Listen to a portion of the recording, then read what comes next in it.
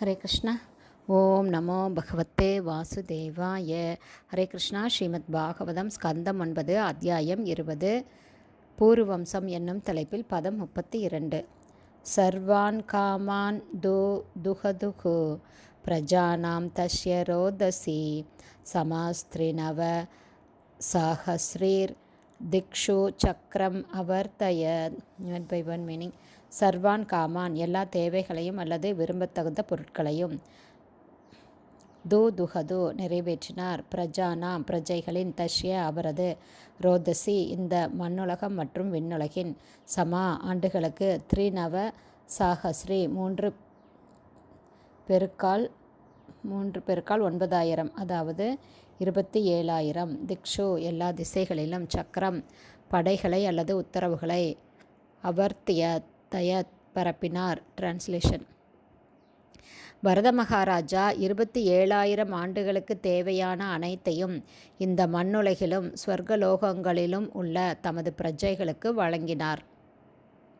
அவர் தமது உத்தரவுகளை பரப்பி தமது வீரர்களை எல்லா திசைகளிலும் பிரித்து அனுப்பினார்.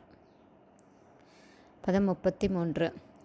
ச சம்ராட் லோக பாலாக்கியம் ஐஸ்வர்யம் அதிராட் ஸ்ரீயம் சக்கரம் ச அஸ்கலிதம் பிராணான் மிருஷேதி உபர ராமக.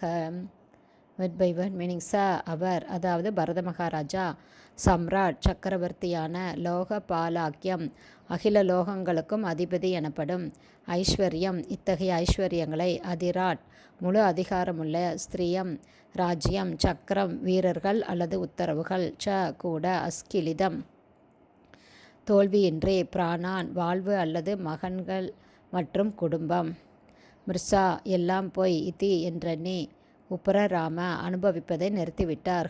கடந்த காலத்தில். டிரான்ஸ்லேஷன். பரத மகாராஜா முழு பிரபஞ்சத்திற்கும் சக்கரவர்த்தி என்பதால் அவர் பேரரசுக்குரிய ஐஸ்வர்யங்களையும் வெல்லுதற்குரிய வீரர்களையும் பெற்றிருந்தார். அவருக்கு அவரது குடும்பமும் மகன்களுமே வாழ்வில் அனைத்துமாக தெரிந்தது. ஆனால் இறுதியில் ஆன்மீக முன்னேற்றத்திற்கு இவையெல்லாம் வெறும் தடைக்கற்களே என்று அவர் எண்ணியதால் அவற்றை அனுபவிப்பதை நிறுத்திவிட்டார். பர்பட் பை ஷில பிரபாத். ஜெய் ஷில பிரபாத்.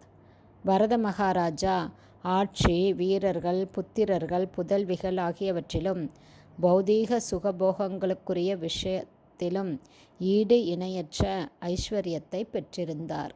ஏனென்றால் 27,000 ஆண்டுகளுக்கு தேவையான அனைத்தையும் இந்த மண்ணுலகிலும் ஸ்வர்கலோகங்களிலும் உள்ள தமது பிரஜைகளுக்கு அவர் வழங்கினார் என்பதை பதம் 32 பார்த்தோம். ஆனால் இத்தகைய பௌதீக ஐஸ்வர்யங்கள் எல்லாம் ஆன்மீக முன்னேற்றத்திற்கு பயனற்றவை என்பதை உணர்ந்த அவர் பௌதீக சுகபோகத்தை துறந்துவிட்டார்.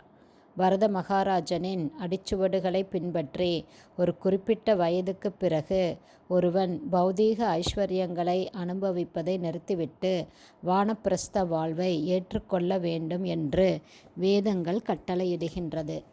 ஹரே கிருஷ்ணா. ஸ்ரீமத் பாகவதம் ஸ்கந்தம் 9 அத்தியாயம் 20 பூர்வம்சம் என்னும் தலைப்பில் பதங்கள் 32, 33 ஸ்ரீல பக்திவேதாந்த சுவாமி பிரபுபாதாவின் விளக்க உரை இத்துடன் நிறைவடைந்தது. ஹரே கிருஷ்ணா. குருதேவ்க்கு ஜெய். பிரபுபாதுக்கு ஜெய்.